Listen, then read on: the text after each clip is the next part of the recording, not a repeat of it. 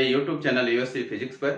आशा करता हूं कि आप सभी स्वस्थ होंगे और अपने स्टडी को, अपने नॉलेज को इन वीडियोस के माध्यम से अपडेट कर रहे होंगे। बच्चों, प्रीवियस वीडियो में हमने क्या देखा कि बॉडी पे चार्ज कैसे डेवलप करते हैं और चार्ज के कितने टाइप्स होते हैं। उसी कड़ी को हम लोग आज आगे बढ़ाते हुए आज हम लोग मेथड ऑफ चार्जिंग पढ़ने वाले हैं। Method of charging means body पे चार्ज हम कैसे डेवलप करेंगे, उसके लिए कौन कौन से मेथड्स हैं, कौन कौन से विधियां हैं। बच्चों, यहाँ जैसे कि बोर्ड में देख सकते हैं कि मेथड ऑफ चार्जिंग को दो पार्ट में हम लोग डिवाइड किए हैं, विद कॉन्टेक्ट और विदाउट कॉन्टेक्ट। यानी जब दो बॉडी आपस में कॉन्टेक्ट में रहते हैं तब चार्ज कैसे डेवलप होगा, जब दो बॉडी विदाउट कॉन्टेक्ट रहते हैं, बिना किसी कॉन्टेक्ट का, तो चार्ज कैसे बॉडी में डेवलप होगा। तो यहाँ पे देखेंगे कि विद कॉन्टेक्ट में दो पार्ट में इसको डिवाइड किया गया है, चार्जिंग बाय फ्रिक्शन और रबिंग। इसी को हम लोग बोलते हैं फ्रिक्शनल इलेक्ट्रिसिटी। ठीक है, इस मेथड में हम लोग क्या करते हैं, जनरली इंसुलेटिंग मटेरियल का यूज करते हैं। यानी मटेरियल जो होगा, दो बॉडी जो होंगे वो इंसुलेटिंग बॉडी होंगे। ठीक है, और इस मेथड में जब चार्ज डेवलप होता है तो दोनों पे बॉडी पे equal amount of charge develop होगा, लेकिन नेचर क्या होगा, अपोजिट। एक में प्लस तो दूसरे में माइनस चार्ज डेवलप होता है। ठीक है, सेकेंड मेथड हम चलते हैं चार्जिंग बाय कंडक्शन। इस मेथड में हम लोग क्या करते हैं, जनरली कंडक्टिंग बॉडी का यूज किया जाता है। और जब एक चार्ज कंडक्टर को अनचार्ज कंडक्टर के नजदीक लाएंगे और उसके साथ फिजिकली कांटेक्ट करते हैं, जब एक दूसरे को कांटेक्ट में रखेंगे तो इसका जो चार्ज है इसमें शेयर हो जाता है। तो कहने का मतलब है कि अगर इसमें प्लस चार्ज लाए हैं तो इसमें भी प्लस चार्ज डेवलप होगा, इसमें अगर माइनस चार्ज लाए हैं तो इसमें भी क्या डेवलप होगा, माइनस चार्ज। इसीलिए इसमें same nature of charge develop होता है इस मेथड में। ठीक है, नेक्स्ट है मेरा विदाउट कॉन्टेक्ट। और विदाउट कॉन्टेक्ट में बहुत ही बेहतरीन मेथड है और बहुत ही इंपॉर्टेंट है, चार्जिंग बाय इंडक्शन। यानी इसे हम कहते हैं कि बिना बॉडी पे टच किए बॉडी पे चार्ज को डेवलप करना है, इंडक्शन मेथड से। ठीक है, तो इस मेथड में हम कोई भी बॉडी का यूज कर सकते हैं, इंसुलेटिंग भी कर सकते हैं और कंडक्टिंग बॉडी भी यूज कर सकते हैं। बट बॉडी जो होना चाहिए थोड़ा बड़ा साइज का, नहीं बल्कि साइज की होनी चाहिए। इसके लिए हम इसमें डिटेल से बात करेंगे जब इस टॉपिक में हम लोग आएंगे। और इस मेथड में देखेंगे कि अगर हम चार्ज बॉडी पे अगर हम प्लस दिए हैं तो इसमें माइनस चार्ज डेवलप होगा, अगर इसमें माइनस चार्ज रखे हैं तो इसमें प्लस चार्ज डेवलप होगा। Opposite nature of charge will be developed. तो इस मेथड में अपोजिट नेचर ऑफ चार्ज क्या होता है, डेवलप होता है। तो बच्चों, इस तरह से हम लोग तीन मेथड का स्टडी करने वाले हैं। पहला है फ्रिक्शनल मेथड, दूसरा है कंडक्शनल मेथड और तीसरा है इंडक्शनल मेथड। अब बहुत ही इंपॉर्टेंट है ये तीनों विधियां, अब बहुत ही इंटरेस्टिंग है। तो इसको हम लोग स्टेप बाय स्टेप डिस्कस करेंगे और देखेंगे कि किस तरह से हम बॉडी पे चार्ज को डेवलप करते हैं। तो सबसे पहले हम लोग चलते हैं चार्जिंग बाय फ्रिक्शन। अब हम लोग बात करते हैं चार्जिंग बाय फ्रिक्शन और रबिंग। तो चार्जिंग बाय फ्रिक्शन को समझने से पहले कुछ प्री नॉलेज होनी चाहिए, जैसे कि एटम क्या है, मटेरियल क्या है होता है, उसके वर्क फंक्शन क्या होता है, ये सब बातों की जानकारी हमें होनी चाहिए।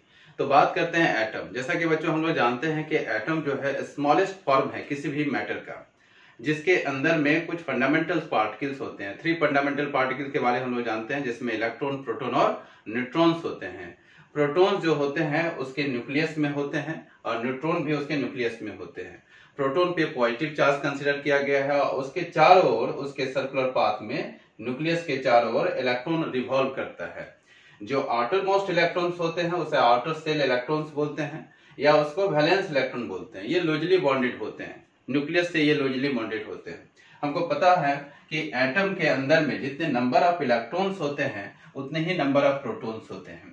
नंबर ऑफ इलेक्ट्रॉन्स और प्रोटॉन की संख्या बराबर होने के चलते इस पे नेट चार्ज का जो वैल्यू होता है वो 0 हो जाता है, क्योंकि जितना नेगेटिव चार्ज होता है उतना ही पॉजिटिव चार्ज होता है। किसके अंदर में, एटम के अंदर में। So atom is electrically neutral. Atom क्या होता है, इलेक्ट्रिकली न्यूट्रल होता है। अब हम बात करते हैं मटेरियल बॉडी की। तो ये जो मटेरियल बॉडी होती है, जितनी भी मटेरियल बॉडी होती है, बहुत सारे एटम से मिलके बनता है। और हमको पता है कि हर एक एटम जो होता है इलेक्ट्रिकली न्यूट्रल होता है। जब हर एक एटम जो है इलेक्ट्रिकली न्यूट्रल है तो बॉडी भी क्या होगा, इलेक्ट्रिकली न्यूट्रल होगा। यानी कहने का मतलब यह हुआ कि कोई मटेरियल बॉडी जो होता है उसके अंदर में जितने नंबर ऑफ इलेक्ट्रॉन्स होते हैं उतने ही नंबर ऑफ प्रोटॉन्स होते हैं, जिसके चलते वो इलेक्ट्रिकली न्यूट्रल होते हैं। अब हम ये कह सकते हैं कि ये जो इलेक्ट्रॉन्स इसके अंदर में होता है मटेरियल बॉडी के अंदर में, वो फ्री भी हो सकता है और बॉन्डेड भी हो सकता है। अगर ये इलेक्ट्रॉन फ्री है तो ये मटेरियल कहलाएगा कंडक्टर, और अगर ये इलेक्ट्रॉन बॉन्डेड होता है तो उसको हम इंसुलेटर बोलते हैं। ठीक है, अब हम बात करें कि इस इलेक्ट्रॉन का मिनिमम एनर्जी कितना होता है, ये मटेरियल के अंदर में कितने एनर्जी से बंधे होते हैं। अब उस एनर्जी को जानने के लिए हम लोग एक नया टर्म डिफाइन करते हैं जिसे हम बोलते हैं वर्क फंक्शन। क्या बोलते हैं? Work function. तो किसी भी मटेरियल का जो वर्क फंक्शन होता है वो उसका एक अपना कैरेक्टरिस्टिक्स होता है। मटेरियल टू मटेरियल ये जो वर्क फंक्शन का जो वैल्यू होता है वो वैरी करता है। कैसे करता है, पहले जान लें कि ये वर्क फंक्शन होता क्या है। वर्क फंक्शन कहता है it is the minimum amount of energy required to eject the electron from the surface of material without having any velocity known as work function of that material. अगर हम इस electron को यहां से बाहर निकालते हैं, इसके जस्ट इसके सरफेस से इजेक्ट करते हैं, तो कुछ तो एनर्जी उसमें देना पड़ेगा। जितना मिनिमम अमाउंट ऑफ एनर्जी उस इलेक्ट्रॉन को हम देते हैं ताकि ये इलेक्ट्रॉन यहां से जस्ट इजेक्ट होके कहां चला जाए, सरफेस से बाहर चला जाए, तो उस मिनिमम अमाउंट ऑफ एनर्जी को ही हम कहते हैं मटेरियल का वर्क फंक्शन। ठीक है, हर एक मटेरियल का वर्क फंक्शन अलग अलग होता है, डिफरेंट मटेरियल का डिफरेंट होता है। इसको हम ऐसे समझें, मान लीजिए कि ये कोई कंपनी है, उस कंपनी में बहुत सारे वर्कर जो है वर्क करते हैं। ठीक है, इस कंपनी ने एक सैलरी बना के रखा है कि हर एक वर्कर को पर मंथ हम 10,000 रुपीज देंगे। तो इस कंपनी का जो वर्क फंक्शन हो गया वह 10,000 हो गया। उसके बगल में एक कंपनी है, वो बोला कि नहीं हम 10,000 नहीं, हम 11,000 देंगे। तो उस कंपनी का सैलरी जो हुआ 11,000 हो गया, मतलब उसका वर्क फंक्शन कितना हो गया, 11,000। तो कंपनी टू कंपनी जैसे सैलरी वैरी करता है, उसी तरह मटेरियल के अंदर जो वर्क फंक्शन होगा, एनर्जी होगा, वो वैरी करता है। ठीक है, अगर हम इस वर्कर को इससे बाहर निकालना चाहते हैं, इस कंपनी से बाहर निकालना चाहते हैं, तो हमको इसको कितना सैलरी देना पड़ेगा, 10,000 प्लस। अगर हम 10,000 प्लस देते हैं तो ये जस्ट यहां से इजेक्ट हो जाता है। कहां से? कंपनी से। उसी तरह से इलेक्ट्रॉन को अगर हम इजेक्ट करना हो तो इसके कितना मिनिमम एनर्जी इसके पास है, जो न्यूक्लियस उसको बांध के रखा हुआ है, उस मिनिमम अमाउंट ऑफ एनर्जी अगर हम उसको प्रोवाइड कर दें, that is called work function. क्या बोलते हैं? Work function. जैसे उतना एनर्जी हम प्रोवाइड करेंगे, इलेक्ट्रॉन यहां से जस्ट क्या होगा, इजेक्ट हो जाएगा विदाउट एनी वेलोसिटी। वेलोसिटी नहीं होनी चाहिए, जस्ट उसमें इजेक्ट हो जाता है, सरफेस से बाहर निकल जाए। That minimum amount of energy is called work function of the material. तो कहता है कि वर्क फंक्शन जो होता है डिफरेंट फॉर डिफरेंट मटेरियल होता है। ये हमको पता है, अलग अलग मटेरियल के लिए अलग अलग ये वर्क फंक्शन होगा, अलग अलग उसका एनर्जी होगा। ठीक है, लो वर्क फंक्शन वाले मटेरियल जो होते हैं, जैसे मान लीजिए इससे कंपनी का अगर सैलरी अगर एक वर्कर का 5,000 रुपीज पर मंथ है और दूसरे कंपनी का है 10,000, तो लो सैलरी वाले कंपनी का जो वर्कर है उसको निकालने में हमको ज्यादा इजी पड़ेगा, और हायर सैलरी वाले जो कंपनी है उसके वर्कर को निकालने में, उससे रिजेक्ट करने में हमको ज्यादा सैलरी देना पड़ेगा, ज्यादा एनर्जी प्रोवाइड करना पड़ेगा। कहने का मतलब ये हुआ जो लो वर्क फंक्शन वाले मटेरियल होते हैं वहां से इलेक्ट्रॉन इजी वे में निकल जाते हैं, और जिसमें हाई वर्क फंक्शन वाले मटेरियल होते हैं वहां से इलेक्ट्रॉन को निकालना थोड़ा सा टफ काम होता है, यानी इलेक्ट्रॉन इजेक्टेड हार्डली। तो कहने का मतलब है कि किसी भी मटेरियल से इलेक्ट्रॉन को बाहर अगर निकालते हैं तो वर्क फंक्शन बहुत ही इंपॉर्टेंट रोल अदा करता है। तो इस तरह से मटेरियल का जो इलेक्ट्रॉन निकालने का जो कैपेसिटी होता है वो फुल्ली डिपेंड करता है वर्क फंक्शन पे। According to modern concept of charge on the body will be developed due to transfer of electron. यानी जब इलेक्ट्रॉन एक बॉडी से दूसरे बॉडी में ट्रांसफर होते हैं तो बॉडी पे चार्ज डेवलप होता है, यानी इलेक्ट्रॉन का निकलना, इलेक्ट्रॉन का इजेक्शन होना। तो इलेक्ट्रॉन को हम मटेरियल बॉडी से कैसे इजेक्ट करेंगे, तो उसके लिए प्रोसेस हम लोग के पास है थर्मियोनिक इमिशन, एक फोटो इलेक्ट्रिक इमिशन और एक है फील्ड इमिशन। तो 3 वे से हम किसी भी इलेक्ट्रॉन को मटेरियल बॉडी से इजेक्ट कर सकते हैं। तो थर्मियोनिक इमिशन कहता क्या है, थर्मियोनिक इमिशन में हम लोग हीटिंग करते हैं, बॉडी को हीटिंग करते हैं, यानी मटेरियल बॉडी पे हीट सप्लाई करेंगे। तो जब मटेरियल बॉडी पे हीट सप्लाई करेंगे तो उसमें या तो रबिंग प्रोसेस से भी कर सकते हैं, बॉडी को रब करके, तो रबिंग करके या हीट सप्लाई करके हम इलेक्ट्रॉन को इजेक्ट करने का प्रयास करते हैं। तो इलेक्ट्रॉन कैसे इजेक्ट होता है रबिंग प्रोसेस में, तो थर्मियोनिक इमिशन में हम लोग क्या करते हैं, उसमें हीटिंग प्रोसेस से हम या रबिंग प्रोसेस से इलेक्ट्रॉन को इजेक्ट करते हैं। तो जब दो बॉडी को रब करेंगे तो हीट डेवलप होगा और उसी हीट को दोनों मटेरियल बॉडी एब्जॉर्ब करेगा। जब वो मटेरियल बॉडी एब्जॉर्ब करेगा तो जिस मटेरियल बॉडी का वर्क फंक्शन कम होता है, लो होता है, वहां से इलेक्ट्रॉन इजेक्ट हो जाते हैं। ठीक है, इसे कहते हैं thermionic emission. Photo electric emission क्या कहता है? इसमें फोटोन जो है वाइटल रोल प्ले करता है। फोटोन होता है क्या? This is the fundamental particle of light. Light का एक फंडामेंटल पार्टिकल है जिसके पास एनर्जी होता है। एनर्जी का वैल्यू होता है एच न्यू। अब ये फोटोन जब मटेरियल सरफेस पे स्ट्राइक करता है तो मटेरियल सरफेस पे जब स्ट्राइक करेगा तो अपनी एनर्जी को ये प्रोवाइड करेगा। किसको? इलेक्ट्रॉन को। और उस इलेक्ट्रॉन का अपना एक वर्क फंक्शन होगा। मटेरियल के अंदर का उसका जो वर्क फंक्शन है, मिनिमम एनर्जी है, वो उसके पास होगा। अगर ये फोटोन का एनर्जी उस मटेरियल के वर्क फंक्शन से ज्यादा हो जाता है तो electron will be ejected from the material surface. तो इलेक्ट्रॉन वहां से इजेक्ट हो जाएगा और जैसे इलेक्ट्रॉन निकलता है उस इलेक्ट्रॉन को हम लोग बोलते हैं फोटो इलेक्ट्रॉन। अब हम बात करते हैं फील्ड इमिशन में। तो फील्ड इमिशन में क्या करना है कि जब कोई मटेरियल बॉडी को इलेक्ट्रिक फील्ड के रीजन में हम रखते हैं, हाई स्ट्रॉन्ग इलेक्ट्रिक फील्ड के रीजन में, तो उस स्ट्रॉन्ग इलेक्ट्रिक फील्ड के रीजन में रहने से उसके पास जो लूजली बॉन्डेड इलेक्ट्रॉन्स होते हैं मटेरियल के अंदर में, वो स्ट्रॉन्ग इलेक्ट्रोस्टैटिक फोर्स एक्सपीरियंस करता है और वो स्ट्रॉन्ग इलेक्ट्रोस्टैटिक फोर्स उस इलेक्ट्रॉन को मटेरियल बॉडी से इजेक्ट कर देता है। That is called field emission. तो इस 3 वे से हम किसी भी मटेरियल ऑब्जेक्ट से हम इलेक्ट्रॉन को बाहर निकाल सकते हैं। हम लोग चार्जिंग बाय फ्रिक्शन पढ़ने वाले हैं। चार्जिंग बाय फ्रिक्शन में हम लोग थर्मियोनिक इमिशन का प्रयोग करेंगे, यानी वहां पे रबिंग करके हम लोग हीट डेवलप करेंगे और इलेक्ट्रॉन को इजेक्ट करेंगे। अब हम बात करेंगे चार्जिंग बाय फ्रिक्शन। तो सबसे पहले इसका स्टेटमेंट को हम लोग समझ लें कि स्टेटमेंट क्या है चार्जिंग बाय फ्रिक्शन का। कहता है when two substances of different materials, जब 2 सबस्टेंसेस डिफरेंट मटेरियल का लेते हैं, यानी दोनों ही मटेरियल्स का जो वर्क फंक्शन होगा वो डिफरेंट होना चाहिए, और रब टुगेदर, दोनों बॉडी को क्या करेंगे? रब करेंगे। देन हीट इज डेवलप्ड, और हीट डेवलप होगा, दोनों के रब करने से हीट डेवलप होगा, which is absorb by both the surfaces of the materials. दोनों के मटेरियल का जो सरफेस है वो हीट को क्या करता है? एब्जॉर्ब करेगा। एंड अमॉन्ग देम, और दोनों में से, which is having lower work function, जिस मटेरियल का वर्क फंक्शन लोअर होता है, कम होता है, इजेक्ट द इलेक्ट्रॉन फर्स्ट, वो अपने इलेक्ट्रॉन को पहले इजेक्ट कर देता है। ठीक है, एंड गेट पॉजिटिवली चार्ज, और वो बॉडी पॉजिटिवली चार्ज हो जाता है।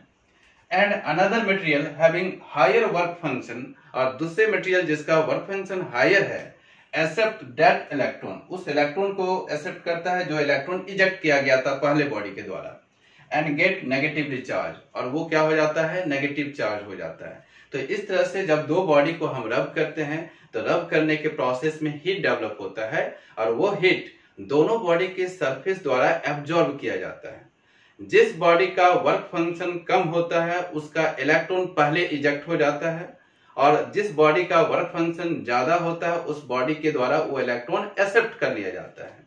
तो एक बॉडी पे इलेक्ट्रॉन का डिफिशियंसी हो गया और दूसरे बॉडी में इलेक्ट्रॉन का इफिशियंसी हो गया।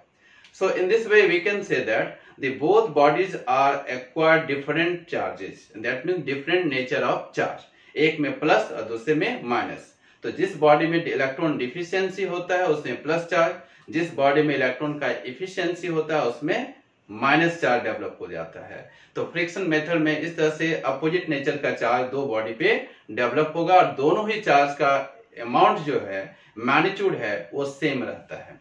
तो अब हम इसे स्टेप बाय स्टेप समझने का प्रयास करते हैं। तो देखते हैं स्टेप 1 क्या कहता है। हम क्या करते हैं स्टेप 1 में कि 2 डिफरेंट बॉडी लेते हैं, दोनों ही न्यूट्रल होनी चाहिए। हम लोग दोनों बॉडी पे वर्क फंक्शन जो है डिफरेंट लेते हैं। एक में 5 इलेक्ट्रॉन वोल्ट, दूसरे में 6 इलेक्ट्रॉन वोल्ट।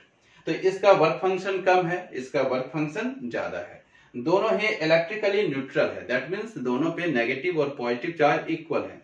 इसमें जितना इलेक्ट्रॉन्स है उतने ही प्रोटॉन्स है। So net charge will be 0। तो इसमें नेट चार्ज का वैल्यू दोनों में क्या हो जाता है? 0 हो जाता है। इसलिए इसको हम बोलते हैं इलेक्ट्रिकली न्यूट्रल। अब ये 2 न्यूट्रल बॉडी को हम क्या करेंगे? स्टेप 2 में रब करते हैं। तो रब करने से हम पाते क्या है, जैसे जैसे हम उसको रब करेंगे then heat will be developed, और उसी हीट को हम बोलते हैं थर्मल एनर्जी। तो जैसे हम उसको रब करना प्रोसेस को जारी रखते हैं तो हीट ग्रेजुअली इंक्रीज होता है, और ये हीट बढ़ते बढ़ते इंक्रीज करते करते वो 5 इलेक्ट्रॉन वोल्ट के इक्वल हो जाता है, जो फर्स्ट बॉडी का वर्क फंक्शन है। तो जैसे वो 5 इलेक्ट्रॉन वोल्ट को अचीव करता है वो हीट, तो इसका जो इलेक्ट्रॉन्स होता है फर्स्ट बॉडी का यानी फर्स्ट मटेरियल का जो इलेक्ट्रॉन्स होते हैं आउटरमोस्ट ऑर्बिट पे जो लूजली बॉन्डेड होते हैं वो हीट को गेन कर लेता है। जैसे वो हीट को गेन करेगा तो वह अपने इलेक्ट्रॉन को ये मटेरियल जो है अपने इलेक्ट्रॉन को पहले इजेक्ट कर देगा। यहाँ पे देख सकते हैं स्टेप थर्ड में कि इसने इलेक्ट्रॉन को इजेक्ट कर दिया पहले, क्योंकि इसका वर्क फंक्शन 5 इलेक्ट्रॉन वोल्ट था जो इस बॉडी से कम है।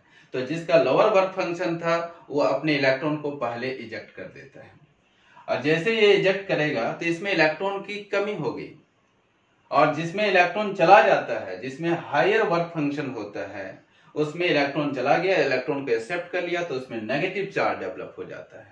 तो इफिशियंसी जिसमें होगा इलेक्ट्रॉन का उसमें माइनस, डिफिशियंसी जिसमें इलेक्ट्रॉन का होगा उसमें प्लस चार्ज डेवलप हो जाता है। आप देख सकते हैं प्रोटॉन की संख्या ज्यादा है इलेक्ट्रॉन से, यहाँ इलेक्ट्रॉन की संख्या ज्यादा हो गई प्रोटॉन से। आप कह सकते हैं कि इसका वर्क फंक्शन लोअर है, लो वर्क फंक्शन, और इसका वर्क फंक्शन क्या है, हाई वर्क फंक्शन। इसको इलेक्ट्रॉन एफिनिटी के रूप में भी जान सकते हैं। इलेक्ट्रॉन एफिनिटी का मतलब होता है इलेक्ट्रॉन की चाहत, इलेक्ट्रॉन बंधुता बोलते हैं हिंदी में। इलेक्ट्रॉन की चाहत, जिसको इलेक्ट्रॉन एक्सेप्ट करने की कैपेसिटी ज्यादा होती है उस मटेरियल का इलेक्ट्रॉन एफिनिटी भी ज्यादा होती है। तो आप यहाँ देख सकते हैं कि इलेक्ट्रॉन इसने एक्सेप्ट कर लिया, इलेक्ट्रॉन को जैसे उसने एक्सेप्ट कर लिया, इलेक्ट्रॉन के एक्सेप्ट करने की कैपेसिटी इस मटेरियल में ज्यादा है तो उसका इलेक्ट्रॉन एफिनिटी भी ज्यादा होगी। तो और जिस बॉडी ने इलेक्ट्रॉन को इजेक्ट कर दिया उसकी इलेक्ट्रॉन एफिनिटी कम होगी, तो लो इलेक्ट्रॉन एफिनिटी, और इसका होता है हाई इलेक्ट्रॉन एफिनिटी। इस तरह से हम देख सकते हैं कि दोनों बॉडी पे एक में प्लस और दूसरे में माइनस चार्ज डेवलप हो जाता है रबिंग प्रोसेस से, यानी फ्रिक्शन प्रोसेस से। इसी को बोलते हैं चार्जिंग बाय फ्रिक्शन और चार्जिंग बाय रबिंग। अब हम बात करते हैं चार्जिंग बाय फ्रिक्शन के इंपॉर्टेंट आउटकम्स, यानी इंपॉर्टेंस उसके क्या कंक्लूजन्स आए उसके बारे में हम देखते हैं। तो फर्स्ट है rubbing body should be different material that is different work function. दो बॉडी को जो रब कर रहे हैं हम, दोनों बॉडी का मटेरियल डिफरेंट होनी चाहिए, दोनों का वर्क फंक्शन डिफरेंट होना चाहिए। लो वर्क फंक्शन से हाई वर्क फंक्शन में इलेक्ट्रॉन क्या होते हैं, ट्रांसफर होते हैं। अगर हम दोनों का वर्क फंक्शन सेम कर दें, दोनों का मटेरियल सेम कर दें, तो इलेक्ट्रॉन दोनों में से किसी बॉडी से इजेक्ट नहीं होंगे और बॉडी पे चार्ज डेवलप नहीं होगा आफ्टर रबिंग। सेकेंड पॉइंट देखते हैं, in this method either both body should be insulated और at least one body should be insulated. या तो दोनों ही बॉडी क्या हो, इंसुलेटर हो, या दोनों में से कोई एक बॉडी इंसुलेटर हो, तो रबिंग प्रोसेस से चार्ज डेवलप होगा। नेक्स्ट पॉइंट है, हम जैसे ही दो बॉडी को रब करेंगे, रब करने के बाद एक बॉडी से इलेक्ट्रॉन इजेक्ट होंगे और दूसरे बॉडी में इलेक्ट्रॉन गेन होगा। तो जिस बॉडी से इलेक्ट्रॉन इजेक्ट होते हैं उसमें इलेक्ट्रॉन की डिफिशियंसी हो जाएगी और उसका मास में स्लाइटली कमी आ जाएगी, माने डिक्रीज हो जाएगा, क्योंकि इलेक्ट्रॉन का मास जो होता है 9.11 10⁻³ kg होता है। तो मास बहुत कम होने के चलते जब इलेक्ट्रॉन इससे बाहर निकलते हैं तो इसके मास में स्लाइटली डिक्रीज हो जाती है, और जिसमें इलेक्ट्रॉन गेन होता है उसका इलेक्ट्रॉन की इफिशियंसी होगी और मास स्लाइटली इंक्रीज हो जाएगा, मास उसका थोड़ा सा बढ़ जाएगा। हम इसको हम इस तरह से भी कर सकते हैं कि जब दो बॉडी को रब करेंगे तो वहां पे चार्ज का ट्रांसफर के साथ साथ मास का भी ट्रांसफर होता है। चार्ज तो ट्रांसफर हो रहा है due to transfer of electron, उसके साथ साथ मास का भी क्या होगा, ट्रांसफर होगा। ठीक है। नेक्स्ट है लो वर्क फंक्शन होगा, जिस बॉडी से इलेक्ट्रॉन इजेक्ट होते हैं उसका वर्क फंक्शन लो होता है, और जिस बॉडी में इलेक्ट्रॉन गेन होता है उसका वर्क फंक्शन हाई होता है। ठीक है। नेक्स्ट पॉइंट है लो इलेक्ट्रॉन एफिनिटी होगा पॉजिटिव चार्ज का, जिस बॉडी से इलेक्ट्रॉन इजेक्ट होते हैं उसका वो इलेक्ट्रॉन एफिनिटी का जो वैल्यू है वो कम होता है। इलेक्ट्रॉन एफिनिटी को कह सकते हैं इलेक्ट्रॉन की चाहत। इसका मतलब ये हुआ कि इलेक्ट्रॉन को ये लॉस कर रहा है, इसका मतलब इलेक्ट्रॉन की चाहत इसमें कम है। ये इलेक्ट्रॉन को गेन कर रहा है, इसमें इलेक्ट्रॉन की चाहत ज्यादा है, तो इसकी इलेक्ट्रॉन एफिनिटी ज्यादा होगी in comparison to positive charge. तो जो पॉजिटिव चार्ज बॉडी वाले होते हैं उसका लो इलेक्ट्रॉन एफिनिटी होगा, और जो नेगेटिव चार्ज वाले बॉडी होते हैं उसका इलेक्ट्रॉन एफिनिटी हाई होगा। नेक्स्ट पॉइंट हम देखेंगे, same magnitude and opposite nature of charge will be developed. इसका मतलब ये हुआ कि जब दो बॉडी को हम रब करते हैं तो दोनों का जो चार्ज का जो मैग्नीट्यूड है वो सेम होगा, क्योंकि चार्ज का जो मैग्नीट्यूड है इलेक्ट्रॉन के नंबर से कितने इलेक्ट्रॉन ट्रांसफर हुए एक बॉडी से दूसरे बॉडी पे, उस पर डिपेंड करता है according to quantization of charge. तो Q equal to N into E होता है। तो नंबर ऑफ इलेक्ट्रॉन, अगर इसमें 10 इलेक्ट्रॉन रिजेक्ट हुए हैं तो 10 इलेक्ट्रॉन इसमें गेन हो गया। तो मैग्नीट्यूड दोनों का क्या होगा, सेम होगा, बट नेचर क्या होता है, अपोजिट होता है। एक में प्लस चार्ज, दूसरे में माइनस चार्ज होगा। तो इसको हम मैथमेटिकली इस तरह से लिख सकते हैं, अगर हम इसमें Q1 चार्ज डेवलप हुआ, इसमें Q2 चार्ज डेवलप हुआ, तो लिख सकते हैं Q1 equal to minus Q2। Minus बता रहा है, दोनों का नेचर अपोजिट है, बट दोनों इक्वल है, इसलिए दोनों का मैग्नीट्यूड क्या है, इक्वल है। तो मैग्नीट्यूड इक्वल है बट नेचर क्या है, अपोजिट है। नेगेटिव साइन यहाँ इंडिकेट करता है दोनों का नेचर अपोजिट है। अगर हम दोनों का रेशियो ले लें, Q1 बाय Q2 कर दें, तो उसका रेशियो आएगा -1:1। तो ये रेशियो आएगा दोनों का, ठीक है। नेक्स्ट पॉइंट हम बात करते हैं, total charge of the two body system remains conserve. दो बॉडी का जो चार्ज होता है वो कंजर्व होता है before rubbing and after rubbing. Before rubbing दोनों बॉडी न्यूट्रल बॉडी होते हैं, तो न्यूट्रल बॉडी होने के चलते दोनों पे चार्ज जो होता है वो 0 होता है, नेट चार्ज 0 होता है। आफ्टर रबिंग चार्ज कितना डेवलप हुआ, Q1 एंड Q2। अब Q1 और Q2 का अगर ऐड कर दिया जाए, Q1 को अगर Q2 से ऐड कर दें, Q2 को इधर ले आए, तो क्या होगा, Q1 plus Q2 is equal to 0 आएगा। ये माइनस इधर आएगा तो प्लस हो जाएगा, और दोनों का सम जो है, टोटल टू बॉडी सिस्टम का जो टोटल चार्ज का जो सम आया वो फिर क्या आया, 0 आया आफ्टर रबिंग। तो बिफोर रबिंग भी 0 था, आफ्टर रबिंग भी चार्ज क्या है, 0 है। So charge remains conserve of two body system after rubbing. Clear है। नेक्स्ट पॉइंट है, total mass of the two body system remains conserve. Mass भी कंजर्व होता है, मास भी यहाँ पे क्या है, कंजर्व है। तो मास कैसे कंजर्व है कि जितने इलेक्ट्रॉन यहाँ से इजेक्ट हुए उतने इलेक्ट्रॉन यहाँ पे चले गए। तो जितना इलेक्ट्रॉन की कमी हुई उतनी ही इलेक्ट्रॉन की यहाँ पे क्या हो गई, इफिशियंसी हो गई। तो जितना यहाँ पे मास लॉस हुआ इतना ही मास यहाँ पे गेन कर लिया। तो दोनों बॉडी का जो मास का अगर हम ऐड किया जाए तो पहले वाले मास के इक्वल हो जाते हैं। इसको हम इस तरह से समझ सकते हैं, सपोज ये मेरे हाथ में पेन है, अभी पेन और मेरा बॉडी को मिला के टोटल मास मान लेते हैं 50 kg है। सपोज दोनों को मिला के 50 kg है। अगर इस बॉडी को, इस मार्कर को इसमें ड्रॉप कर दें, दूसरे हाथ में आ जाए, तो मास तो वही रहा, क्योंकि एक ही बॉडी के अंदर ही है, तो मास तो उतनी ही रहा। दो बॉडी का सिस्टम का मास पहले जितना था 50 kg, बाद में भी कितना होगा, 50 kg। हाँ, ये हुआ कि इस हाथ से इस हाथ में ये पेन आ गया, तो यहाँ पे क्या हुआ, टोटल मास जो है मेरे बॉडी का फिर कितने हो गए, 50 kg। उस तरह से हम यहाँ भी कर सकते हैं कि जितने इलेक्ट्रॉन यहाँ से निकले उतने इलेक्ट्रॉन यहाँ पे चल गया। तो दोनों बॉडी का टोटल मास अगर देखा जाए ओवरऑल, तो मास रिमेन्स कंजर्व। अब हम बात करना चाहते हैं, कोई मेटल रॉड को अगर हमको चार्ज करना है with the help of frictional method, तो हम उसमें चार्ज कैसे डेवलप करेंगे, क्या अरेंजमेंट करना पड़ेगा। चलिए हम इस रॉड को पकड़े, अपने हाथ से होल्ड किए, और रॉड को पकड़ के जब हम ऊल के साथ रब किए, तो रब करने से पाए क्या कि इस मेटल रॉड में नेगेटिव चार्ज डेवलप हो गया। और ये जो नेगेटिव चार्ज है बॉडी से होते हुए वो ग्राउंड पे चला जाता है। क्यों ऐसा होता है, क्योंकि ह्यूमन बॉडी जो है गुड कंडक्टर ऑफ इलेक्ट्रिसिटी होता है। तो इसके लिए हमको क्या अरेंजमेंट करना पड़ेगा कि यहाँ पे चार्ज स्टोर हो जाए। तो हम क्या करते हैं कि इस मेटल रॉड पे एक प्लास्टिक का या रबर का एक हैंडल लगा देते हैं जो इंसुलेटिंग मटेरियल का बना होता है। अब इसके बाद हम इस हैंडल पे होल्ड करेंगे, होल्ड करने के बाद इसको हम रब करेंगे। तो रब करने के बाद हम फिर क्या पाए कि इस पे चार्ज डेवलप हो गया। कैसा चार्ज डेवलप हुआ, नेगेटिव। आप देख सकते हैं ब्लैक कलर का दिया हुआ है डॉटेड लाइन में, ये नेगेटिव चार्ज इसमें डेवलप हो गया। अब ये नेगेटिव चार्ज इस इंसुलेटर से ट्रांसफर नहीं होगा, यानी इससे पास नहीं होगा, यानी बॉडी पे नहीं जाएगा।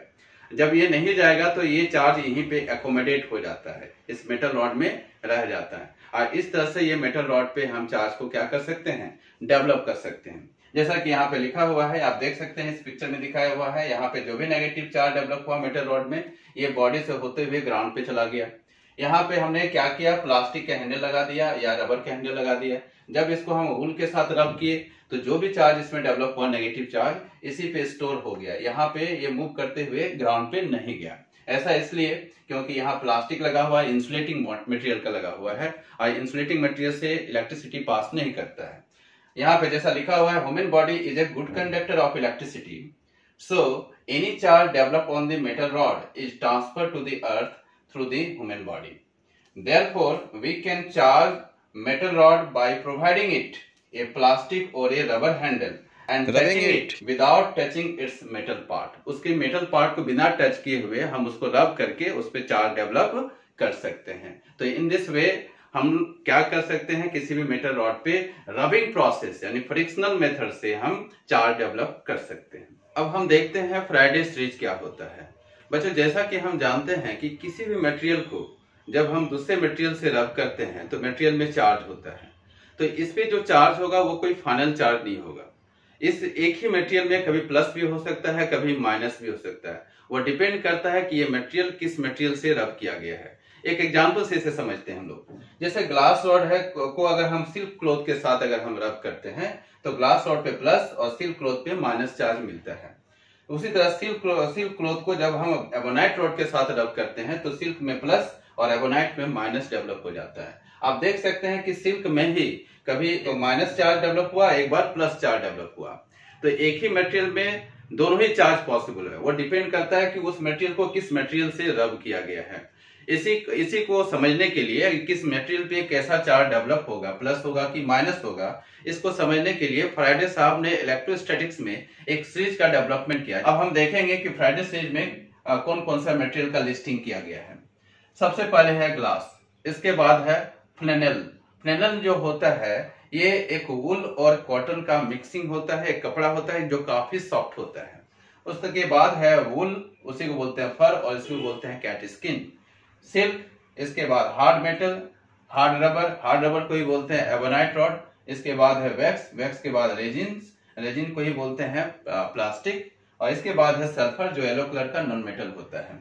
इसको हम लोग प्रैक्टिकली बहुत कम यूज करते हैं रबिंग करने के लिए। तो बस यहाँ से टॉप से लेके यहाँ तक रेजिन तक आप जरूर याद रखेंगे। रेजिन ग्लास जो है टॉप पे है और रेजिन जो है बॉटम पे है। अब ये सीरीज में क्या बताया गया कि ये जो मटेरियल है ऊपर से नीचे जब हम आते हैं तो नीचे जब आने लगेंगे तो उसमें नेगेटिव चार्ज डेवलप होगा और ऊपर वाले मटेरियल पे प्लस चार्ज डेवलप होगा।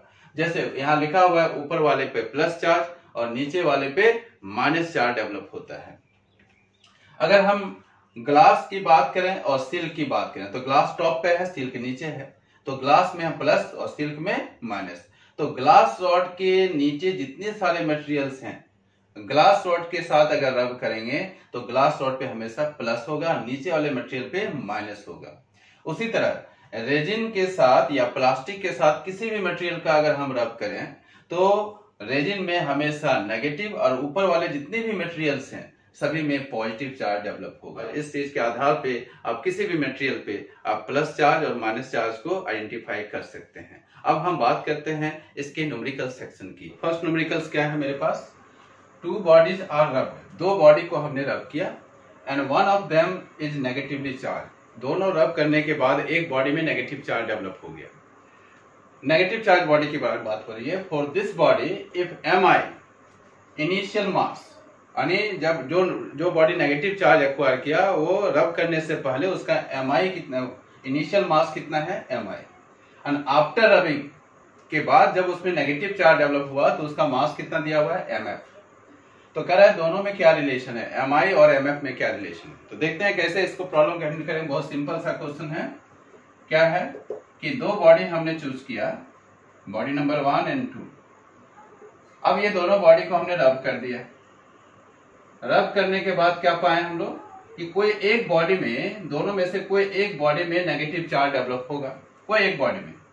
चलो हमने ले लिया इसी पे नेगेटिव चार्ज और इसमें ले लिया पॉजिटिव चार्ज। कोई एक बॉडी में नेगेटिव चार्ज डेवलप हुआ।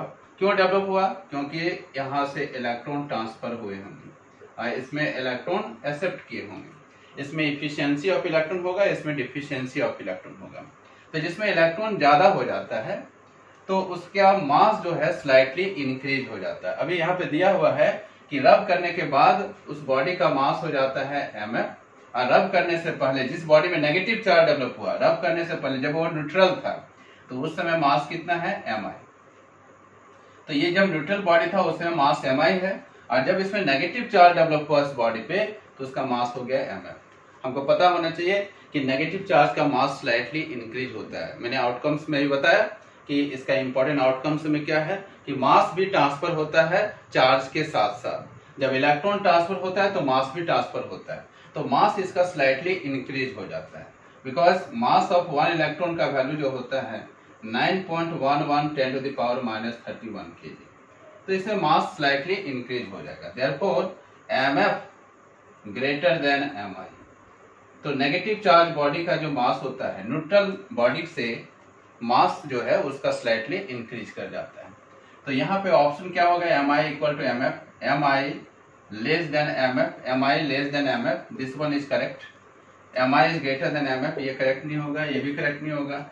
mi plus mf equal to बहुत ज्यादा मास हो गया, तो इसमें ये भी नहीं पॉसिबल, स्लाइटली इंक्रीज करता है। So this option will be correct, option number B. अब देखते हैं सेकंड क्वेश्चन क्या कहता है। If two bodies are rubbed, दो बॉडी को हमने रब किया, one of them acquire Q1, one of them acquires Q1 charge and another acquires Q2 charge. Then ratio Q1 is to Q2 is 1 is to 2, 2 is to 1, minus 1 is to 1 and 1 is to 4. Which one is correct? तो इसको हम बताए भी थे conclusion में भी, वहां पे क्या था कि दो बॉडी को जब हम रब करते हैं, दो बॉडी को रब करने के बाद हम पाते हैं क्या कि दोनों पे इक्वल एंड अपोजिट अमाउंट का चार्ज डेवलप हो जाता है। चलो इसमें अगर हम प्लस चार्ज डेवलप हुआ तो इसमें क्या डेवलप होगा, माइनस। इस चार्ज का वैल्यू लेते हैं Q1, इस चार्ज का वैल्यू लेते हैं Q2। जितने इलेक्ट्रॉन्स इससे इजेक्ट होते हैं उतने ही इलेक्ट्रॉन्स इसमें गेन हो जाते हैं। तो दोनों का नेचर अपोजिट होगा, इसमें इफिशियंसी ऑफ इलेक्ट्रॉन हो जाएगा, इसमें डिफिशियंसी ऑफ इलेक्ट्रॉन हो जाएगा।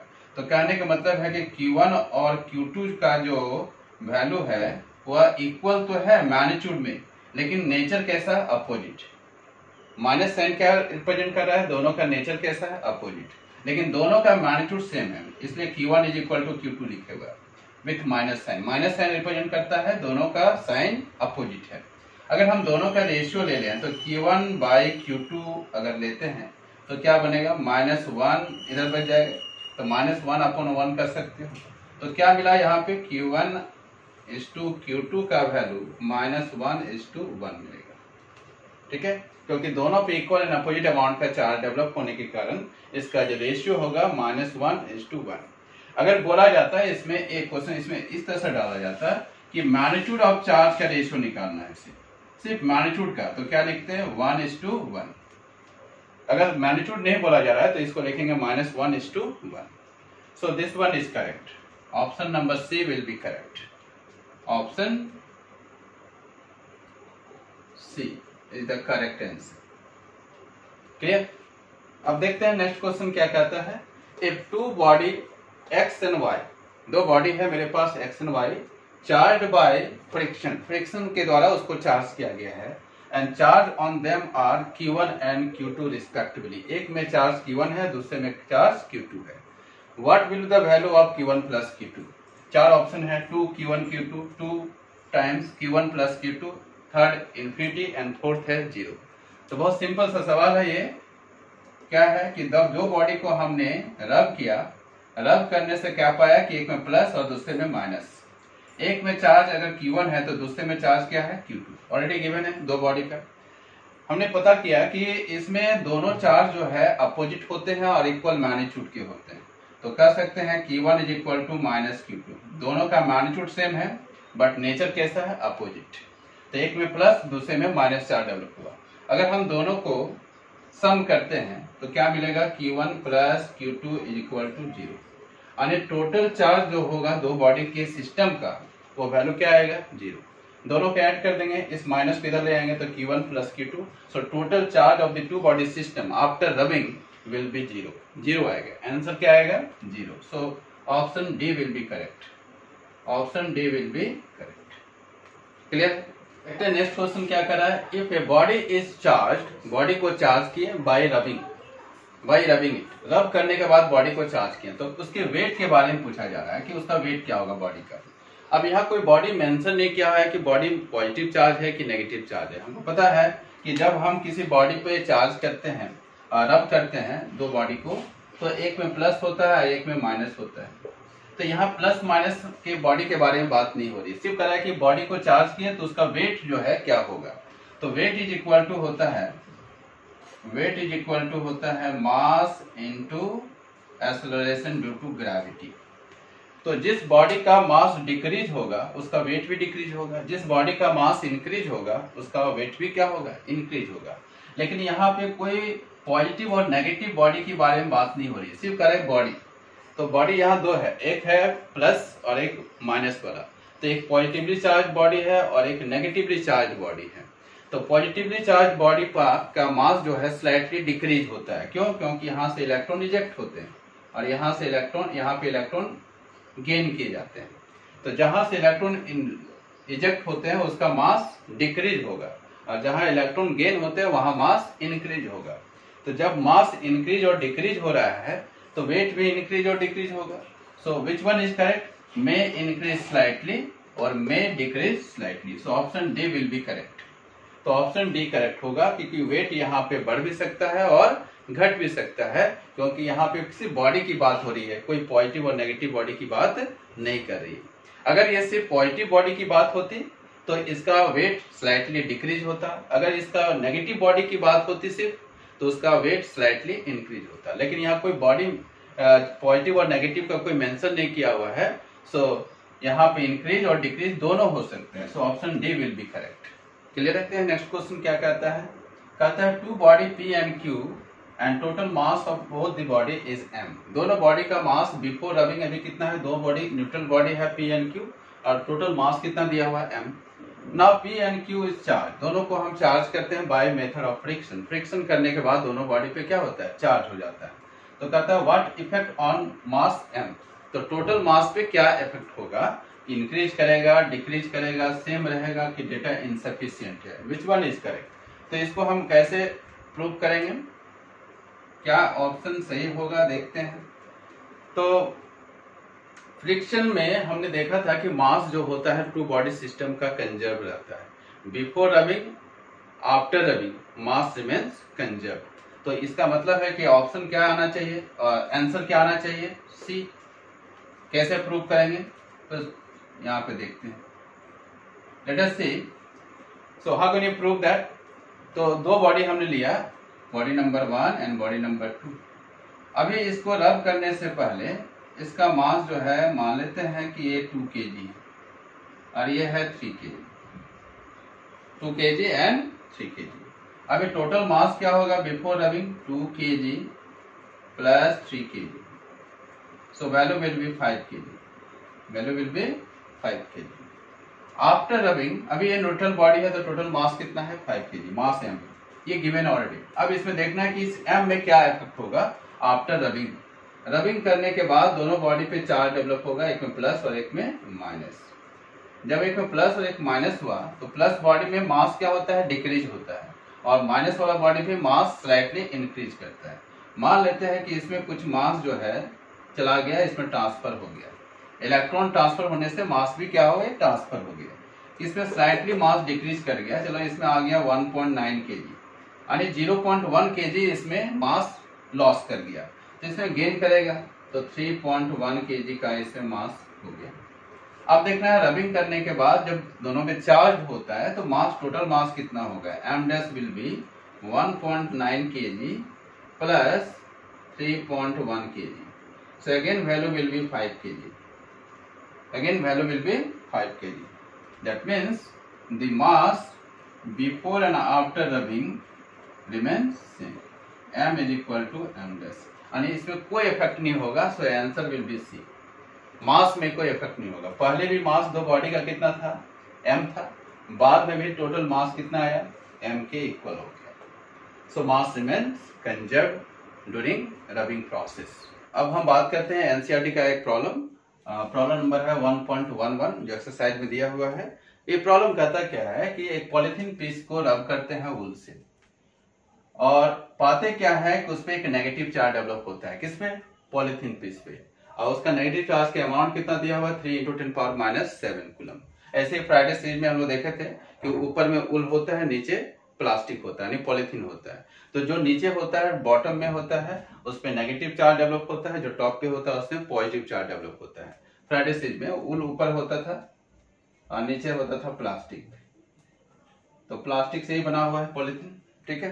तो इस पे नेगेटिव और इसमें पॉजिटिव ऑलरेडी क्वेश्चन में गिवन है। तो नेगेटिव चार्ज डेवलप होगा। तो हम क्या करें, एक उल का पीस ले लें, एक उल का पीस ले लें, ये उल है, और एक है हम पॉलिथीन का, एक पॉलिथीन का पीस ले लिए। तो जब उल को पॉलिथीन से रब किए तो इसमें नेगेटिव और इसमें पॉजिटिव चार्ज डेवलप हुआ। इसका मतलब है कि इलेक्ट्रॉन्स यहाँ से इजेक्ट हुए होंगे, तो यहाँ से इलेक्ट्रॉन निकला और इसमें चला गया। तो कितने नंबर ऑफ इलेक्ट्रॉन्स यहाँ पे ट्रांसफर हुए उसको निकालना है। Estimate the number of electron transferred. अब वो किस बॉडी से किस बॉडी में जा रहा है वो भी पता करना है। तो ये वूल है और ये क्या है, पॉलीथीन। तो वूल से पॉलीथीन में इलेक्ट्रॉन का ट्रांसफर हो रहा है, ये पता चल गया। वूल से पॉलीथीन में जिस बॉडी में नेगेटिव चार्ज डेवलप होता है उसमें इलेक्ट्रॉन गेन करता है। तो वूल से निकल के ये पॉलीथीन में चला गया। कितने नंबर ऑफ इलेक्ट्रॉन गया, n। इसको अभी निकालना है, कैलकुलेट करना है n का वैल्यू क्या होगा। इसका टोटल चार्ज दिया हुआ है 3 × 10⁻⁷ कूलम। टोटल चार्ज दिया हुआ है 3 × 10⁻⁷ कूलम। अब यहाँ पे हमको क्या एस्टिमेट करना है, पहले में क्या करा है, n का वैल्यू निकालना है, नंबर ऑफ इलेक्ट्रॉन्स। इसके कहते हैं नंबर ऑफ इलेक्ट्रॉन्स। कितने नंबर ऑफ इलेक्ट्रॉन ट्रांसफर हुए, तो इसको हम कैसे कैलकुलेट करेंगे। तो according to quantization of charge, जो प्रॉपर्टी ऑफ चार्ज में हमको पढ़ना भी है, क्वांटाइजेशन ऑफ चार्ज, वो कहता क्या है कि किसी बॉडी पे जो चार्ज डेवलप होता है वो डिपेंड करता है नंबर ऑफ इलेक्ट्रॉन कितने गेन हुए और कितने नंबर ऑफ इलेक्ट्रॉन इजेक्ट हुए। तो इस बॉडी पे कितने इलेक्ट्रॉन आ रहे हैं, तो इसके according to quantization of charge, quantization of charge, ये प्रॉपर्टीज ऑफ चार्ज में पढ़ना भी है। Q का जो वैल्यू होता है n × E होता है। n क्या है, number of electron gain. Negative charge है तो नंबर ऑफ इलेक्ट्रॉन गेन, कितना इलेक्ट्रॉन गेन किया। और ये क्या है, इलेक्ट्रॉन का चार्ज। तो इलेक्ट्रॉन के चार्ज को अगर नंबर ऑफ इलेक्ट्रॉन गेन से मल्टीप्लाई कर देंगे तो इसका टोटल चार्ज निकल जाएगा।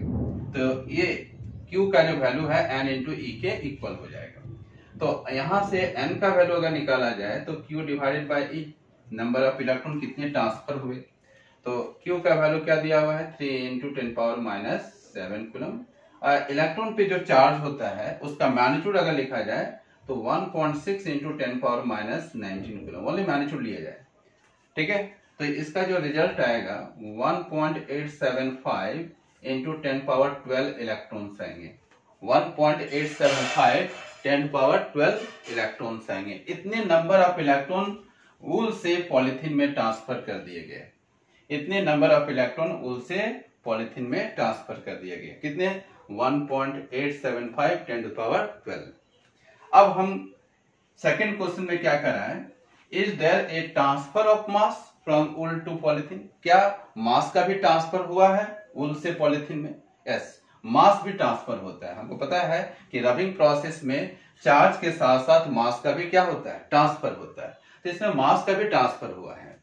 तो देखेंगे कि मास का कितना ट्रांसफर हुआ, मास का कितना ट्रांसफर हुआ। सेकंड बी में क्या कर रहा है, मास का। तो मास कितना ट्रांसफर हुआ, मास ट्रांसफर्ड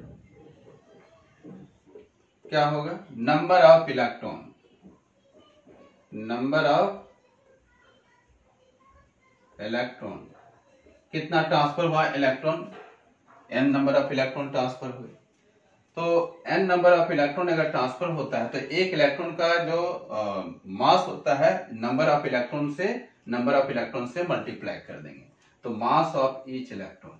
तो नंबर ऑफ इलेक्ट्रॉन ट्रांसफर कितना हुए, 1.875 10⁻12 और mass of one electron will be 9.11 10⁻31 kg। इतने मास जो है एक बॉडी से दूसरे बॉडी में ट्रांसफर हो जाते हैं। जितने नंबर ऑफ इलेक्ट्रॉन ट्रांसफर हुए उसके एक इलेक्ट्रॉन के मास से मल्टीप्लाई कर देंगे। So value will be 1.708 × 10⁻18 kg मास जो है ट्रांसफर हो जाएगा। इसको कैलकुलेट करेंगे तो इतनी वैल्यू आएगा 1.708 10⁻18 kg। तो इतने मास जो है वूल से पॉलीथीन में ट्रांसफर हो जाते हैं। तो आई होप आप लोग को ये अच्छी तरह से समझ में आ गई होगी। इसके थ्योरी कॉन्सेप्ट और इससे रिलेटेड प्रॉब्लम आप बना सकते हैं। कोई बुक से आप ट्राई करेंगे तो आपसे जरूर प्रॉब्लम बनेगा। हाँ, बशर्ते कि आप इसके थ्योरी कॉन्सेप्ट को अच्छी तरह से सुने होंगे। जितने भी थ्योरी मैंने बताया चार्जिंग बाय फ्रिक्शन का, सबको दिमाग में रखना है। इसके बाद बुक से प्रॉब्लम को हैंडल करना। आज के लिए बस इतने ही, और मिलते हैं फिर नेक्स्ट वीडियो में। Till then stay home, stay safe and stay with physics. Thanks for watching.